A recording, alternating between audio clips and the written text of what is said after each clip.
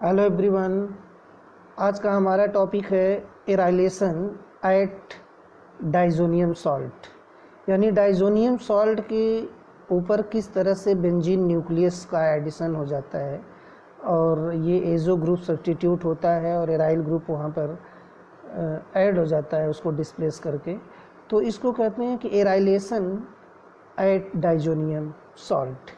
तो सबसे पहले हम देखेंगे कि ये डाइजोनियम सॉल्ट होता क्या है और ये डाइजोनियम सॉल्ट किस तरह से प्रिपेयर होता है, किस तरह से फार्म होता है और इसका क्या रोल होता है during the synthesis of different types of molecules. तो सबसे पहले यहाँ देखा जाए तो जो डाइजोनियम सॉल्ट होता है इस सॉल्ट में बेंजीन के साथ एजो ग्रुप डाइजो ग्रुप लगा होता है, एन ट्रिपल बॉन्ड एन ये जुड़ा होता है, जिसको एनिलीनियम आयन भी बोलते हैं। तो इसका प्रिपरेशन किया जाता है कि जब एनिलीन को यहाँ C6H5NH2 आप देख सकते हैं सोडियम नाइट्राइड के साथ और HCl के साथ, तो जो सोडियम नाइट्राइड और HCl ये जो यूज़ होता है स्पेशली इस पूरे रिएक्शंस को डाई एजोटाइजेशन कहा जाता है सिंपली। तो यहाँ पर जो रोल होता है सोडियम नाइट्राइड और HCl का, इसमें दोनों आपस में रिएक्शन करके नाइट्रस एसिड का फॉर्मेशन करते हैं। NaNO2 और HCl के बीच में जब रिएक्शन होता है तो नाइट्रस एसिड और HCl का फॉर्मेशन होता है सिंपली। और यही जो नाइट्रस एसिड है HNO2 यही जो है इलेक्ट्रोफाइल में कन्वर्ट होता है, नाइट्रोसो इलेक्ट्रोफाइल में कन्वर्ट होता है और फाइनली जो है मैकेनिज्म के थ्रू ये डाईएजोटाइजेशन रिएक्शंस देता है। तो इसमें देखते हैं कि होता क्या है कि addition of aqueous solution of sodium nitrite to a solution of amine hydrochloride in presence of excess of HCl, which is cooled by an ice bath such that the temperature of the reaction remains below 5 degrees centigrade and there is the diazotization takes place, the primary aromatic amines are formed। यानी इस reaction में देखा जाए तो यहाँ पर आप देख सकते हैं कि aniline, here this is aniline, ये हमारा एनिलीन है। सोडियम नाइट्राइड के साथ इसका रिएक्शन हो रहा है near about below room temperature at 5 degree 0 से 5 डिग्री के बीच में HCl के साथ। तो यहाँ पर डाइजोनियम सॉल्ट का फॉर्मेशन होता है। तो सबसे पहले जो रिएक्शन इसमें क्रिएट होता है वो NaNO2 और HCl के बीच में होता है, HCl। तो यहाँ से Na तो यहाँ से Cl निकल जाता है और यहाँ से HNO2 जुड़ जाता है। तो यहाँ बनता है OH single bond N double bond O, यही है। तो रिएक्शंस में होता क्या है कि जब चूँकि एसिड कैटालाइज्ड रिएक्शन है तो ये OH जो है ये H+ को यहाँ से टेकअप कर लेता है और बॉन्ड ब्रेक होकर के यहाँ बना लेता है NO+, इसको कहते हैं नाइट्रोसो इलेक्ट्रोफाइल। तो इस तरह से आइए देखते हैं कि किस तरह से मैकेनिज्म में।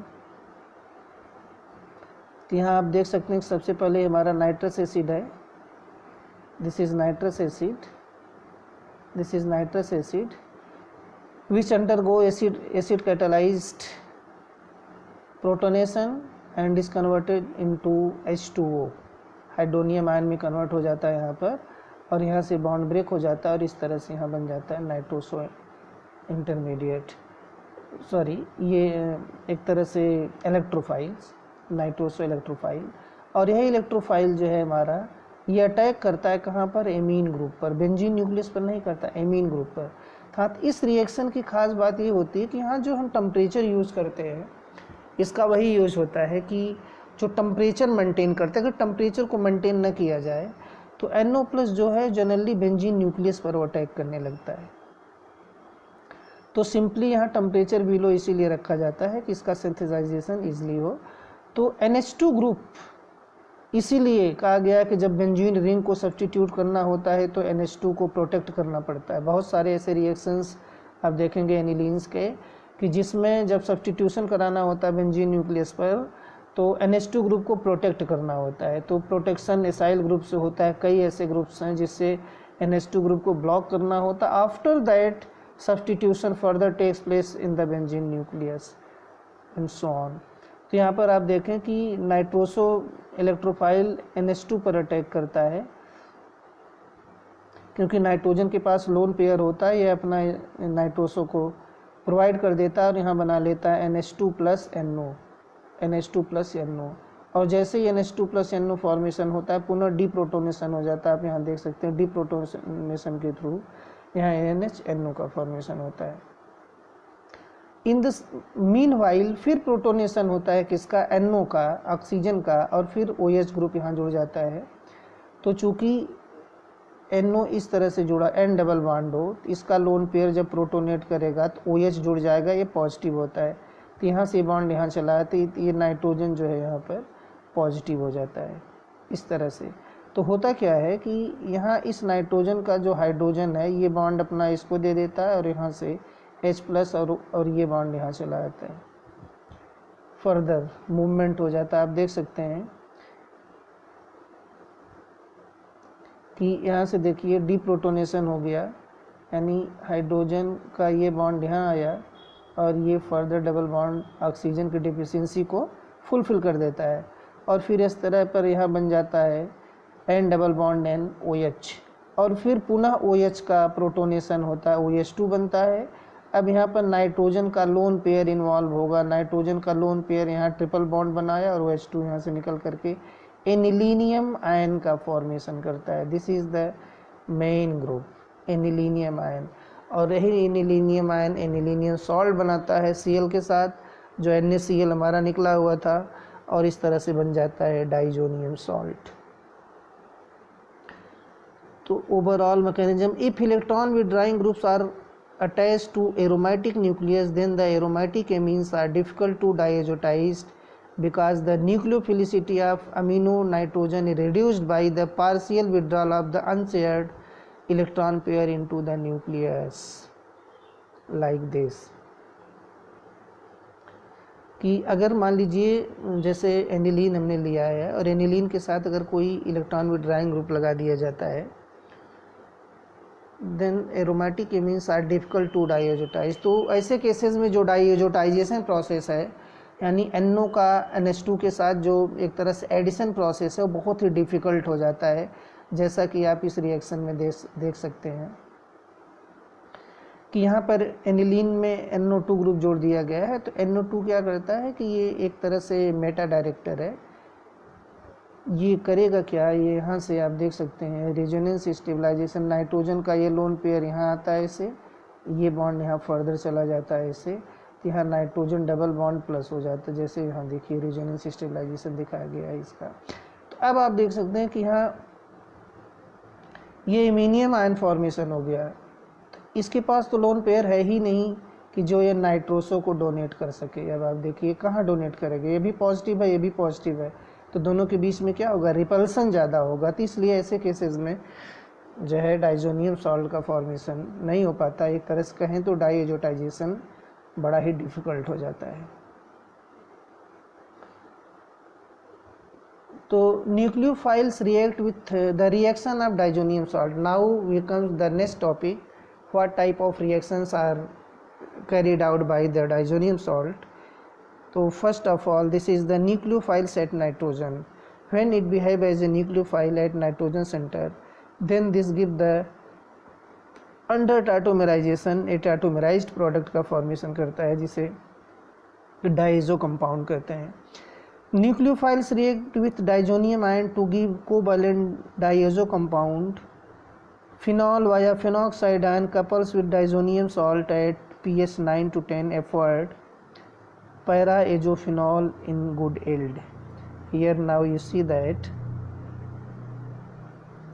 यहाँ पर आप देख सकते हैं कि जब फिनॉक्साइड आयन का डाइजोनियम आयन से रिएक्शन कराया जाता है तो इनके बीच में ये फिनॉक्साइड का नेगेटिव चार्ज ये रिंग को स्टेबलाइज करता है और यहाँ पैरा पोजीशन पर यह NO2 ग्रुप आके जुड़ जाता है, आप देख सकते हैं। और फिर यहाँ टाटोमेराइजेशन होता है, फिर इसका H, यहाँ से H ये यहाँ इस बॉन्ड को मेंटेन करता है, फिर यहाँ फर्दर और ये बॉन्ड यहाँ आके H यहाँ आ जाता है और इस तरह से एजो कंपाउंड का फॉर्मेशन होता है। यहाँ आप देख सकते हैं azo compound. Now this give diazonium salt decomposes on warming into nitrogen and aryl cation, which is highly reactive and could be attacked by any nucleophile in its vicinity. कहने का मतलब डाइजोनियम सॉल्ट जो है easily, अगर इसे heat किया जाए तो ईजिली डिकम्पोज हो जाता है और नाइट्रोजन में एसाइलिनियम आयन का फॉर्मेशन होता है, यहाँ पे सॉरी एराइल कैटायन का फॉर्मेशन होता है। यहाँ देखिए, यहाँ ये है diazonium ion, this is diazonium salt.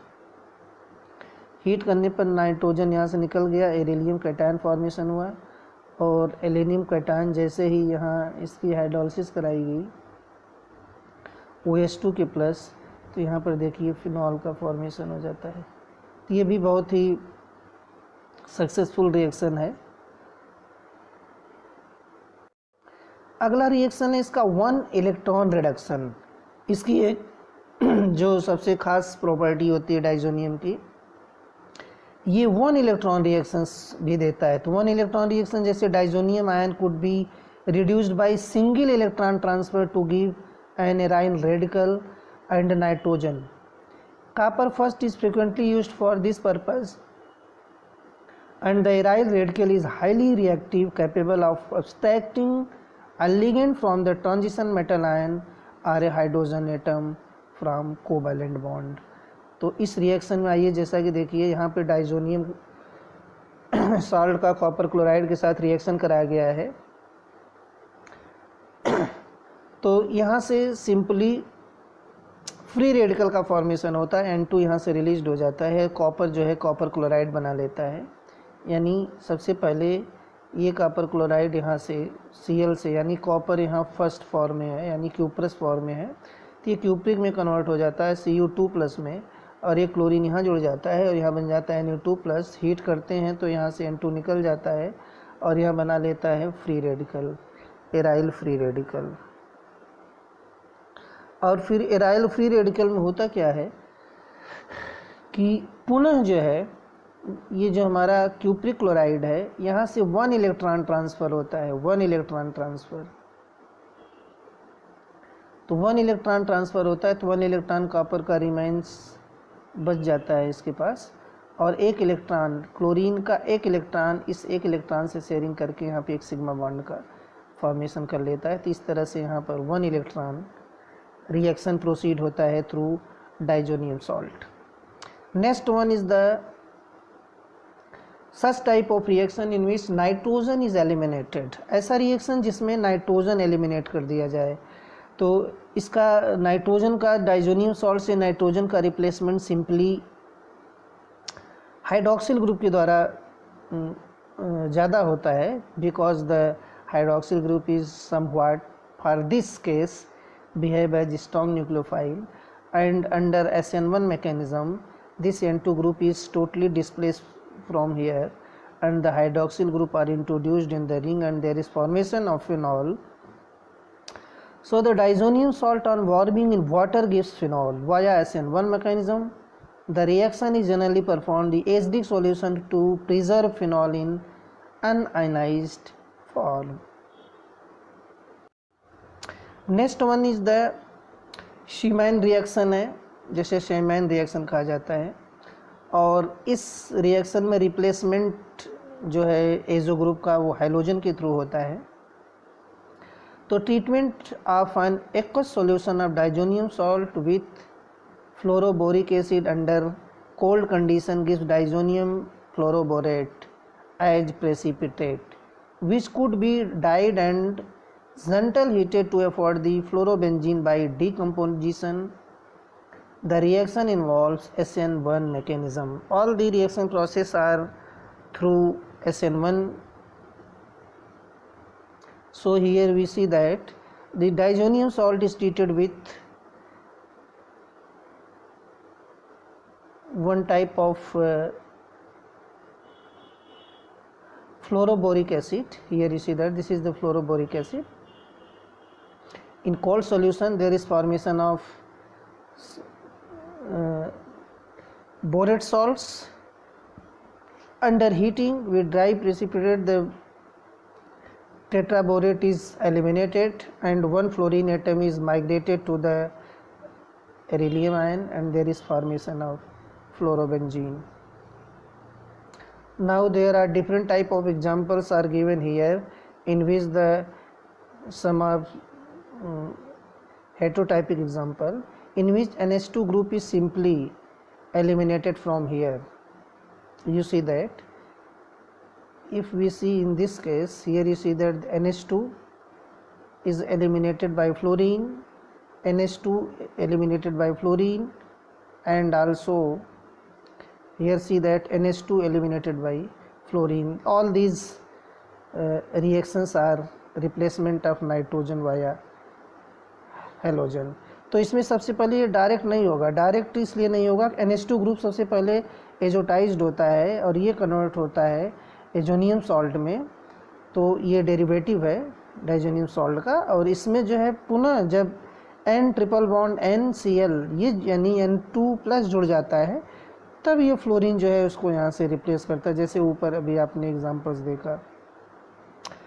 Next one reaction आता है, बहुत ही इंपॉर्टेंट रिएक्शन आता है, सैंड मेयर रिएक्शन. अब आप इसमें देखेंगे कि दो ग्रुप्स आपस में जो है एक दूसरे से जुड़ जाती हैं. किस तरह से जुड़ जाती हैं? इसमें होता क्या है कि सैंड मेयर रिएक्शन सिंपली होता क्या है, this method provides an effective route for the preparation of aromatic bromides and chlorides. Addition of cold aqueous solution of diazonium chloride to a solution of cuprous chloride in HCl medium gives spirangely soluble complex which is separated and heated to give aryl chloride or bromide by decomposition. तो यहाँ पर एक reaction आप देख सकते हैं कि aniline का सबसे पहले नाइट्रस एसिड के साथ एजोटाइजेशन कराया गया है और यहाँ पे फॉर्मेशन होता है डाई एजोनियम सॉल्ट. और डाई एजोनियम सॉल्ट का फिर क्यूप्रस सैलाइड के साथ रिएक्शन कराया जाता है. तो सेम ऊपर जो आपने रिएक्शंस देखा,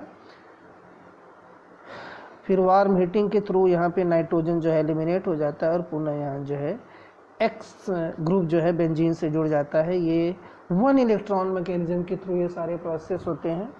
इसको कहते हैं one electron mechanism, that is also known as Sandmeyer reaction. बहुत ही इंपॉर्टेंट रिएक्शन है. ये सारे एग्जांपल्स कुछ इससे दिए गए हैं. ये सारे एग्जांपल्स जो है इसी से रिलेटेड है. This is related with the Sandmeyer reactions where all NH2 group is displaced by halogen. In one case this is displaced by halogen, other case Cn. तो ये डिपेंड करता है कि हम कॉपर के साथ क्या लेते हैं. कॉपर के साथ Cl लेंगे तो Cl जुड़ेगा, Cl लेंगे तो Cn जुड़ेगा, Br लेंगे तो Br जुड़ेगा. ये क्यूप्रस हाइलाइट पर डिपेंड करता है और नाइट्राइल पर डिपेंड करता है. इस तरह से अब अगला हमारा आता है कि किस तरह से रिप्लेसमेंट बाय एरोमेटिक कार्बन, यानी जो एरोमेटिक ग्रुप है वो किस तरह से एमीन को यहाँ से यानी एजोनियम सॉल्ट को किस तरह से एजोनियम ग्रुप को एलिमिनेट करता है, जिसे शॉर रिएक्शन कहा जाता है. बहुत ही पॉपुलर रिएक्शन है ये sure reaction. This reaction describe the synthesis of phenanthrene and it's derivative via diazotisation followed by intramolecular cyclisation using copper powder. तो यहाँ पर सबसे पहले होता क्या है, NH2 ग्रुप हमारा ये डाइएजोटाइज्ड होता है. यहाँ जो NH2 ग्रुप आप देख रहे हैं ये डाइएजोटाइज्ड होता है किसमें, N2+ में. ओके. और जैसे ही N2+ में डाइएजोटाइज्ड होता है पुनः यहाँ पर वार्म हीटिंग के थ्रू इसका रिप्लेसमेंट हो जाता है. जब रिप्लेसमेंट हो जाता है तो जहाँ से ये NH2 निकलता है यानी N2 के फॉर्म में, यहाँ बेंजीन एक केटायन बना लेता है कुछ इस तरह से, ऐसे पॉजिटिव. और फिर नेक्स्ट बेंजीन का ये ग्रुप जो है यहाँ पे अटैक करता है और कार्बन के थ्रू और यहाँ पे बाइंड अप कर लेता है और इस तरह से बेंजीन रिंग यानी कार्बन के थ्रू N2 का रिप्लेसमेंट होता है. इस रिएक्शन को सॉर रिएक्शन कहते हैं. तो यहाँ पर G जो है हमारा ये CH double bond CH2 vinyl group हो सकता है, एथिलीन ग्रुप हो सकता है, CO ग्रुप हो सकता है, NH ग्रुप हो सकता है, CH2 ग्रुप हो सकता है, अदर्स ग्रुप हो सकते हैं. तो इस तरह की कंपाउंड्स सिंथेसाइजेशन के लिए ये बहुत ही इम्पोर्टेंट जो है रिएजेंट का काम करता है सिंपली। अब आइए देखते हैं कि मैकेनिज़्म के थ्रू ये मैकेनिज़्म कैसे परफॉर्म होता है कार्बन के थ्रू इसके रिप्लेसमेंट में। The reactive intermediate depends on the reaction condition. Under acidic condition, the diazonium salt is believed to decompose into aryl cation and nitrogen. The aryl cation is highly reactive and attacked by the aryl ring that leads to cyclization. On the other hand, under neutral and basic condition, the diazonium salt is reduced by single electron transfer to give aryl radical, which proceeds reaction intramolecularly with benzene ring to give the cyclized product. Now come on the mechanism point. Here you see that first of all, in acidic solution, the NH2 group, which is represented here, you see that here is NH2 group. This NH2 group, here NH2 group is diazotized, is converted into N2. यहाँ इसका diazotization हो जाता है और फिर जब इसे acidic solution और वार्म हीटिंग करते हैं तो आप देख सकते हैं कि N2 यहाँ से लिबरेट हो जाता है और यहाँ पे एराइल केटायन का फॉर्मेशन होता है। और फिर एराइल केटायन जैसे बनता है आप देख सकते हैं बेंजीन का यहाँ डबल बॉन्ड, यानी ये डबल बॉन्ड यहाँ अटैक करता है और इस तरह यहाँ आके जुड़ जाता है और G के साथ जुड़ा हुआ कार्बन पॉजिटिव हो जाता है। ओके, और जैसे यहाँ ये पॉजिटिव होता है तुरंत इसकी क्या होती है H- के साथ रिएक्शन और फिर H यहाँ डीप्रोटोनेशन हो जाता है, यहाँ से H जो है निकल जाता है और ये बॉन्ड इसको स्टेबलाइज कर देता है। यहाँ पर आप देख सकते हैं कि -H+ निकल रहा है यहाँ से और यहाँ देखिए बाइंडेशन हो जा रहा है इस ग्रुप का। न्यूट्रल सॉल्यूशन में अगर कराया जाए या बेसिक सॉल्यूशन में कराया जाए तो यहाँ पर ये इलेक्ट्रोफिलिक रिएक्शंस दे रहा है, यहाँ पर ये फ्री रेडिकल रिएक्शंस के थ्रू इनके बीच में रिमूवल होता है N2 ग्रुप का। तो बस दोनों में यही अंतर है कि यहाँ पर जो है रेडिकल रिएक्शंस और यहाँ पे आयनिक रिएक्शन है, इलेक्ट्रोफिलिक रिएक्शंस के थ्रू ये फॉर्मेशन होता है। इस तरह से आप यहाँ एग्जांपल देख सकते हैं इस मॉलिक्यूल में कि एक डेरिवेटिव दिया गया है और यहाँ पे NH2 group simply we have to seen at the centre point, this is NH2 group is eliminated. We can say that NH2 is eliminated, but simply N2 is eliminated because of first of all this NH2 is converted through diazotization into diazonium salt, and then there is copper, tin and sodium sulfate, and H2SO4 is taken to cyclization and there is formation of phenanthrone type molecule या its derivative। तो इस cases में आप देख सकते हैं कि here are some reactions are shown below. Now we come the next reaction, that is reduction of copper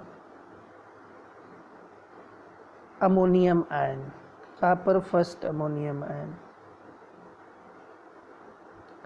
तो diazotize anthranilic acid with copper first ammonium hydroxide gives diphenic acid in 90% yield। यानी अगर हम अब diazonium salt का कुछ derivative लें, जैसे उसके सब्सटीट्यूटेड रिएक्टेंट लें डाइजोनियम के, तो यहाँ आप देख सकते हैं कि इसमें जो डाइएजोटाइज्ड एंथ्रानिलिक एसिड है, this is anthranilic acid that is converted into diphenic acid. इसका जो है डाइफेनिक एसिड में कन्वर्जन हो जाता है। This is most important reaction. This process probably takes place via 1 electron reduction of the diazonium ion followed by dimerization of resulting aryl radicals.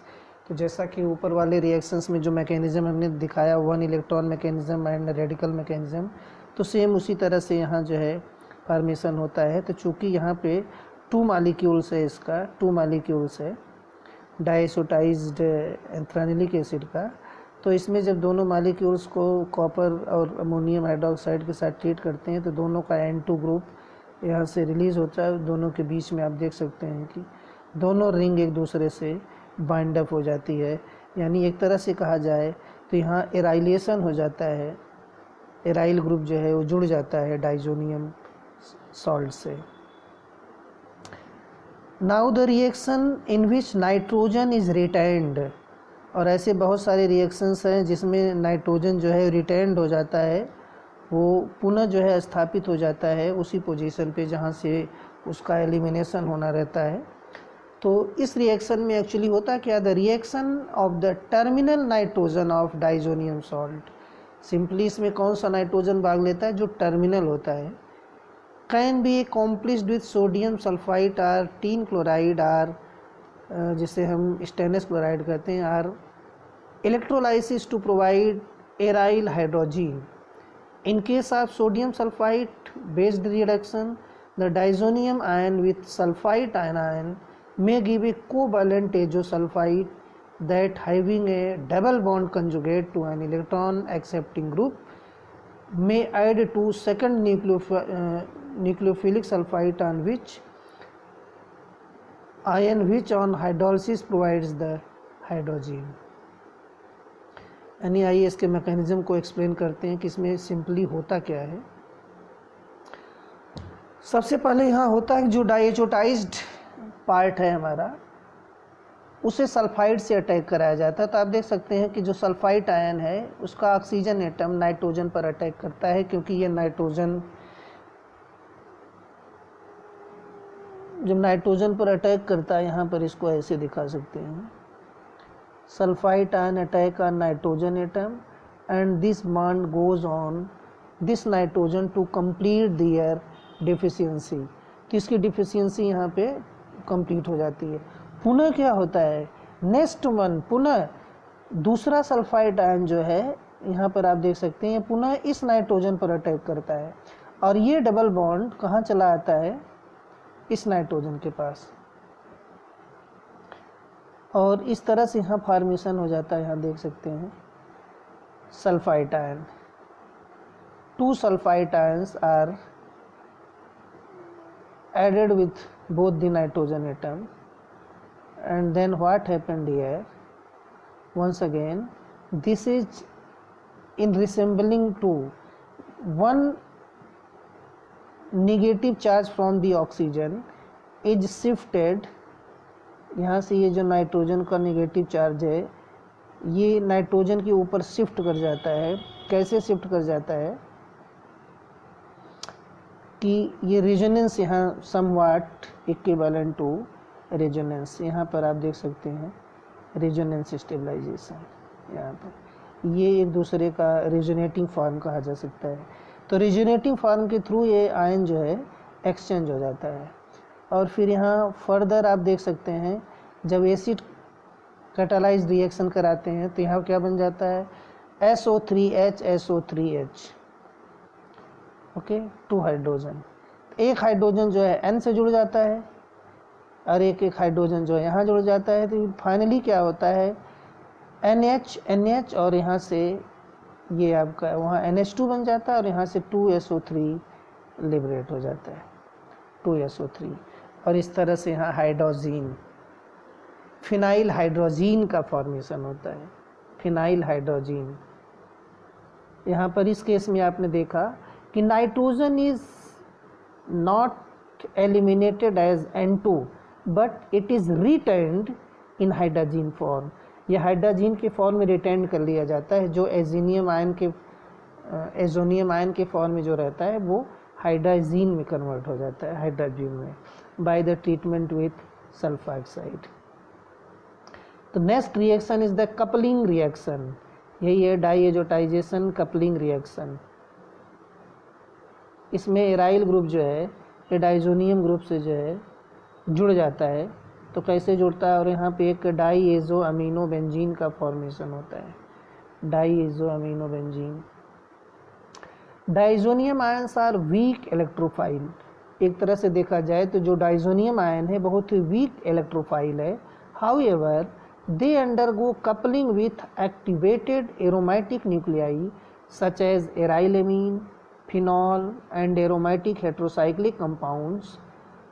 For example, NAN dimethylaniline reacts with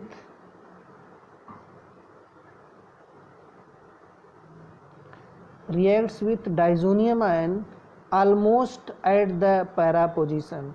However, the careful control of pH of the reaction medium is necessary for the success of process. यानी पूरे process में ये देखने को है कि जो pH है सॉल्यूशन का थ्रू आउट द रिएक्शन वो मेंटेन रखना है. अदरवाइज जो हमारा प्रोडक्ट होगा वो डिफरेंट कैरेक्टर यानी नेचर में कन्वर्ट हो जाएगा.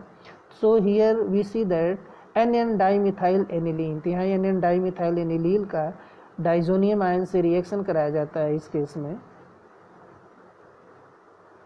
NN डाइमिथाइल एनिलीन है, यहाँ डाइजोनियम आयन है, यहाँ रिएक्शन कराया जाता है. तो यहाँ नाइट्रोजन का लोन पेयर ये रेजोनेंस स्टेबलाइजेशन करता है और बेंजीन अटैक करता है और इस तरह से एजोनियम ग्रुप आप देख सकते हैं यहाँ जुड़ जाता है. फिर यहाँ पर होता क्या है कि डीप्रोटोनेशन कराते हैं यहाँ, फिर यहाँ डीप्रोटोनेशन होता है, फिर यहाँ बॉन्ड गया, फिर यहाँ चला आता है. तो इस तरह से एजो ग्रुप ये सिंपली एराइल ग्रुप से जुड़ जाता है. This is the arylation. इस तरह से ये जो है एराइलेशन प्रोसेस हम इसको कह सकते हैं कि at diazonium position, diazonium salt पर एराइलेशन कराया गया है. In case of primary and secondary aromatic amines the reaction preferentially takes place at the nitrogen atom of the diazonium ion.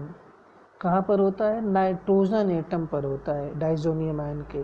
For example अगर aniline adds to the aromatic diazonium salt to give diazo amino benzene.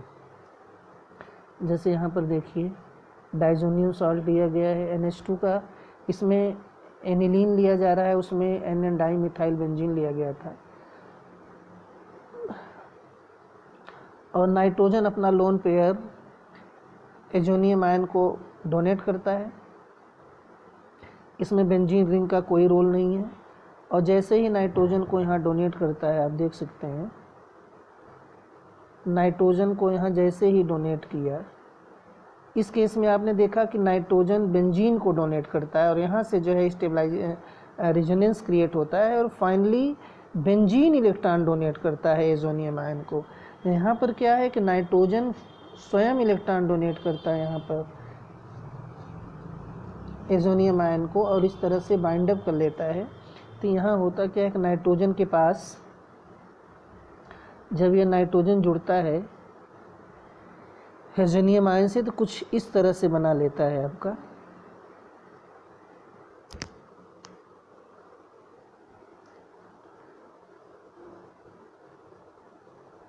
कुछ ऐसे जुड़ता है देखा जाए तो. N ये यहाँ जुड़ गया H, इसका H ये इधर ये है, ये इधर N है, यहाँ जुड़ा, ये इसका ट्रिपल बॉन्ड है, ये है प्लस ऑलरेडी.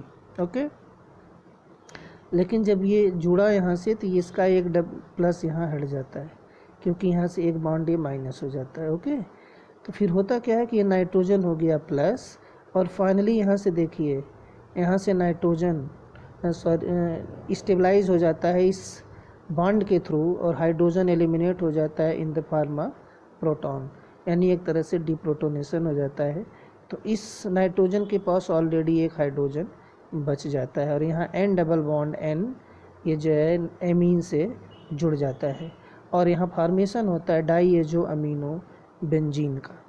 तो दोनों रिएक्शन में ये जो कपलिंग रिएक्शंस है, इन दोनों में अगर ये देखा जाए,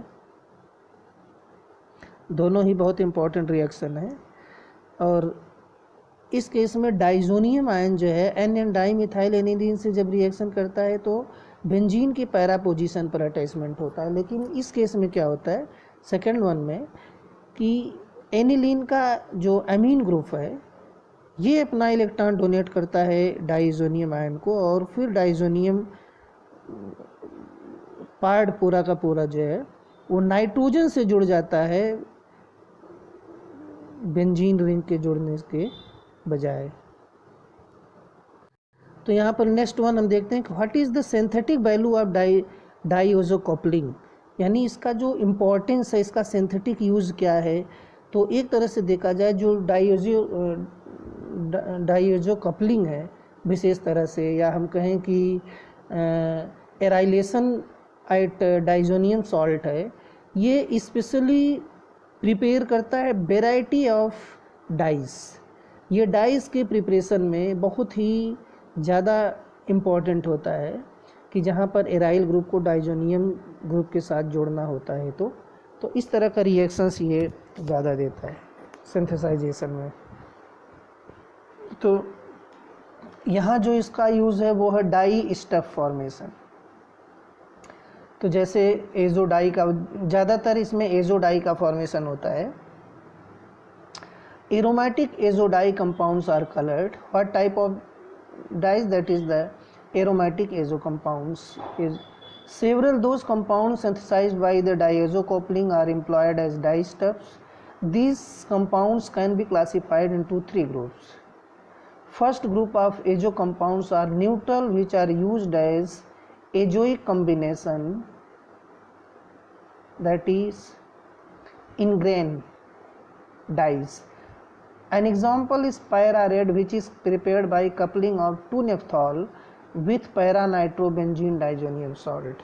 तो इसका पहला जो है एग्जाम्पल है पैरा रेड सिंथेसाइजेशन का, कि जिसमें पैरा नाइट्रोबेंजीन डाइजोनियम सॉल्ट का ट्रीटमेंट कराया गया है किसके साथ, नेफ्थॉल के साथ। यहाँ आप देख सकते हैं, यहाँ 2-नेफ्थॉल है, यहाँ para nitro benzene diazonium salt है, और इनके बीच में कपलिंग हो जाती है। There is coupling takes place and there is formation है para red. This is one type of dyes. Now the second one is the second group of azo compound possess either a sulfonic acid group or an amino group, which are generally adsorbed directly on the fiber from aqueous solution. Examples are orange or acidic dyes and Bismarck brown, etc., etc. There are so many types of dyes are prepared by the coupling of this diazonium salt, in which one is the orange dyes, other is the Bismarck brown. Bismarck brown is the basic dyes, orange is the acidic dyes, and so on. Now here we see that the example of these dyes, in this case the azo compounds behave as chelating groups. In this case, above is the orange dyes and below is the Bismarck brown, or in both the cases azonium salts are coupling with the aromatic compounds. What happens here? In above case, you see that this is the benzene diazonium salt is taken in the form of sulfonic acid and 2-nephthols are treated. There is formation of orange second. This is the one type of acidic dyes, because this reaction takes place in the presence of acidic medium. In the second cases, there are, we can say that, two molecules of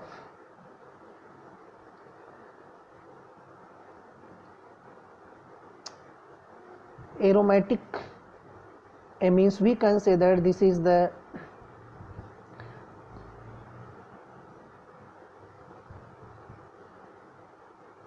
(3-amino 2-methylaniline). This is also called 3-amino 2-methylaniline.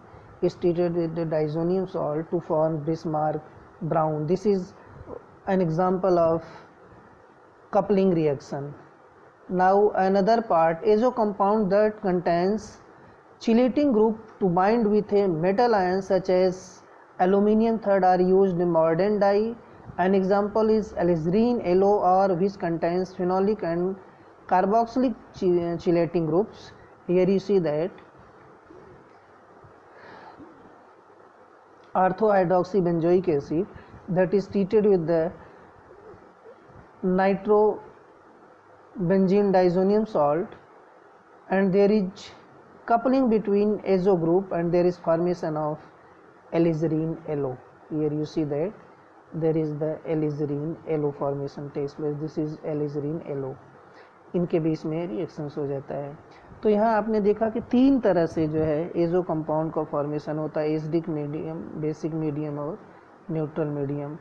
Somewhat the use of this type of coupling reactions to formation of another type of azo compounds such as the methyl red, methyl orange. This is also prepared in the same process which are explained above. Azo compound that contain both an acidic and basic groups can be utilized as an indicator since the color of the conjugate acid and the conjugate base are different. Examples are methyl orange and methyl red, which are prepared by coupling of dimethyl aniline with diazotized sulfonylic acid and diazotized anthranilic acid respectively. यानी अगर dimethyl aniline और डाइएजोटाइज sulphonic acid का treatment कराया जाता है तो methyl orange का formation होता है, और डाइएजोटाइज एंथ्रानिलिक एसिड से डाईमिथाइल एनिलीन का ट्रीटमेंट कराया जाता है तो मिथाइल रेड का फॉर्मेशन होता है. तो ये मिथाइल ऑरेंज और मिथाइल रेड ये डाइज तो ज़रूर होते हैं लेकिन उस कैटेगरी में नहीं रखे जाते, बिकॉज कि डाइज की जो प्रॉपर्टी होती है कि वो जो है स्पेशली स्ट्रॉन्ग होते हैं, they have anti capacity towards heating और फेडिंग कलर्स और एसिडिक बेसिक मीडियम्स, यानी इन सब का इसके ऊपर कोई प्रभाव नहीं पड़ता. तो चूँकि मिथाइल रेड और मिथाइल ऑरेंज जो है ये एज ए इंडिकेटर यूज़ किए जाते हैं क्योंकि इनका नेचर जो है ये चेंज हो जाता है. अगला है synthesis of amines. Azo compounds are susceptible to hydrogenolysis to give amines. For example, the coupling of 1-naphthol with benzene diazonium chloride gives azo compound.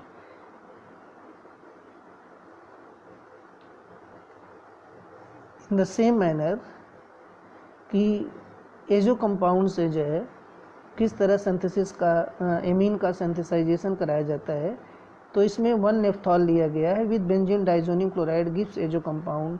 इससे एजो कंपाउंड का फॉर्मेशन होता है which could be reduce to 4 amino 1-नेफ्थॉल in the presence of डाईथियोनाइट.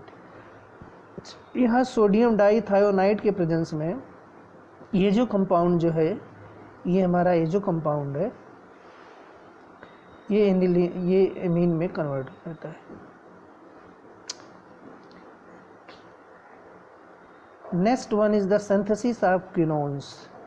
अगला synthesis है इसका quinone का synthesis. Ortho and para diamine with aminophenols readily oxidized to give quinones. Both classes of compounds can be readily prepared by diazo coupling followed by reduction. तो यहाँ आपने देखा एक तरह से ये सारे रिएक्शंस जो है ये एराइलेशन एट बेंजीन डाइजोनियम सॉल्ट पर हो रहा है और इस रिएक्शंस में प्रिपरेशन हो रहा है कि डाइजो कपलिंग के थ्रू किस तरह से क्विनोन का प्रिपरेशन दिखाया गया है. तो सबसे पहले यहाँ पर ortho and para diamines and aminophenols readily oxidized. इसमें दोनों का ऑक्सीडाइजेशन हो चाहे वो डाईएमीन हो या फिर अमीनोफिनॉल हो, दोनों हो.